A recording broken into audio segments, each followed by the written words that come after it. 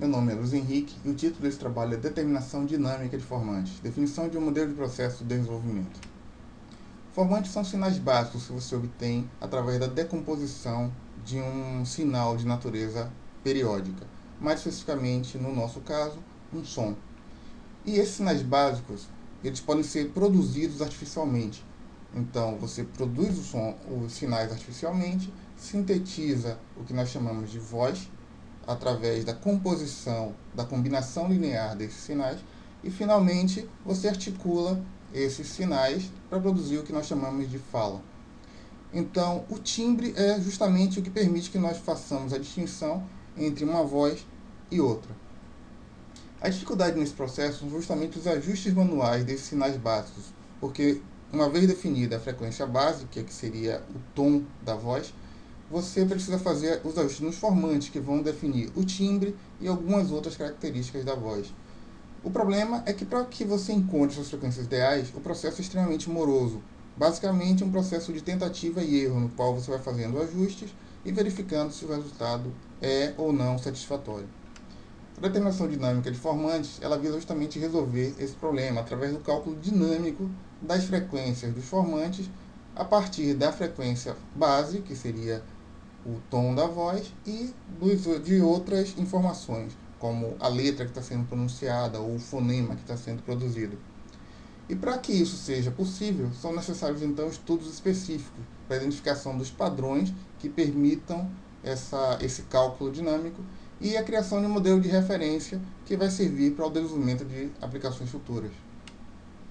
Então, o objetivo desse trabalho é a definição de um modelo de processo de desenvolvimento, com foco no desenvolvimento do protótipo que vai fazer a demonstração da técnica.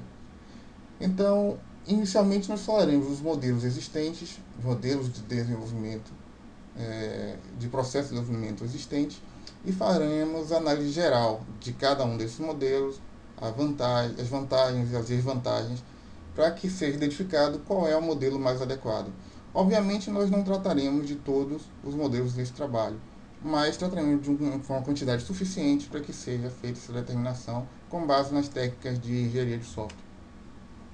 Então, basicamente, os modelos serão tratados serão o modelo em cascata, tanto a versão clássica quanto a versão com retroalimentação, e o modelo evolucionário, através da prototipação, o modelo espiral e o modelo iterativo.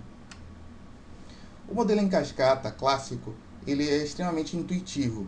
Ele basicamente divide o processo em etapas bem definidas e que são executadas sequencialmente, ou seja, uma etapa começa, termina, depois a outra etapa começa, termina e assim sucessivamente, de modo que as etapas não se sobrepõem e não existe um retorno de uma etapa para outra. Esse processo sequencial, ele não tem retrabalho, porque uma vez que você terminou uma etapa, você não vai repetir aquele processo. E ele requer um estudo bem profundo daquilo que você vai desenvolver antes que alguma coisa seja de fato desenvolvida. O problema com esse modelo é que ele não é muito realista, porque o processo de desenvolvimento real dificilmente é linear. Inclusive, você tem, às vezes, muita sobreposição de atividades. Então, você pode estar desenvolvendo uma coisa enquanto alguém está levantando requisitos de algo que você vai desenvolver mais adiante. Então, a compreensão daquilo que você vai desenvolver, ela pode surgir também durante o processo de desenvolvimento. Às vezes, alguma coisa que foi levantada com o cliente, na hora em que você desenvolve, ele não é exatamente da forma como o cliente descreveu. Então, os requisitos podem ficar mal definidos e, principalmente, o cliente não participa o suficiente do processo, uma vez que ele só é consultado no início do processo do levantamento de requisitos. Depois que os requisitos são levantados, então você passa para a etapa de projeto, passa para a etapa de desenvolvimento e, pelo modelo, tal como ele foi definido, você não teria mais contato com o cliente até a validação e a implantação do sistema. Então, essa figura representa justamente esse modelo clássico. Você tem análise, projeto, desenvolvimento, integração, teste e implantação. Sendo que na implantação é quando o cliente finalmente vai ver o resultado de todo o trabalho, o que pode, na verdade, durar meses ou até anos. Então, para resolver uma parte desses problemas, foi criado o modelo em cascata com retroalimentação. Então, a ideia é basicamente que fosse uma melhoria no modelo clássico, através da retroalimentação da etapa anterior. Isso significa que, uma vez que você passou por uma etapa, chegou na etapa seguinte, identificou na etapa seguinte que algumas coisas precisam ser melhor definidas, então você retorna à etapa anterior e refaz esse processo. Então, isso traz um pouco mais perto da realidade, mas ainda assim continua sendo um modelo não muito realista. Então, basicamente, você poderia navegar de uma etapa para outra, para poder fazer alguma melhoria em algo que não ficou muito bem definido, ou fazer algum tipo de alteração. Houve uma mudança de requisito e você precisa retornar para uma etapa anterior para resolver esse tipo de problema. Então, um modelo um pouco mais realista é um modelo evolucionário. Então, nesse caso, nós temos atividades concorrentes, não mais atividades sequenciais. Eu posso estar, ao mesmo tempo, fazendo levantamento de requisitos para uma parte do sistema, enquanto eu estou desenvolvendo outra parte. Eu tenho também melhorias progressivas. Significa que cada vez que eu avanço no meu processo, eu vou gerando algum artefato que o cliente pode interagir e pode me dar também um retorno, seja esse retorno para uma melhoria do processo, ou seja, esse retorno para confirmar ou validar aquilo que foi feito. Então, nós temos, nesse caso, uma maior interação com o cliente. Um dos modelos evolucionários seria justamente a prototipação. Ela se baseia na construção de protótipos que podem ser descartáveis ou reutilizáveis. Conforme pode ser visto na figura, nós temos aí um modelo descartável que representa a interface gráfica de uma aplicação de celular. Então, esse modelo, obviamente, é para que seja feito um estudo e ele não vai ser reaproveitado. Basicamente, ele vai servir de referência para o que vai ser desenvolvido. Então, ele facilita, por exemplo, a análise de riscos e beneficia a elucidação dos requisitos, porque uma vez que o cliente está vendo alguma coisa, ele consegue compreender melhor como aquilo vai funcionar. Então, a partir do momento em que ele entende aquilo que está sendo feito e entende como funciona, ele também é capaz de explicar melhor aquilo que ele quer. Então, ele pode ver um produto antes mesmo da finalização do sistema como um todo.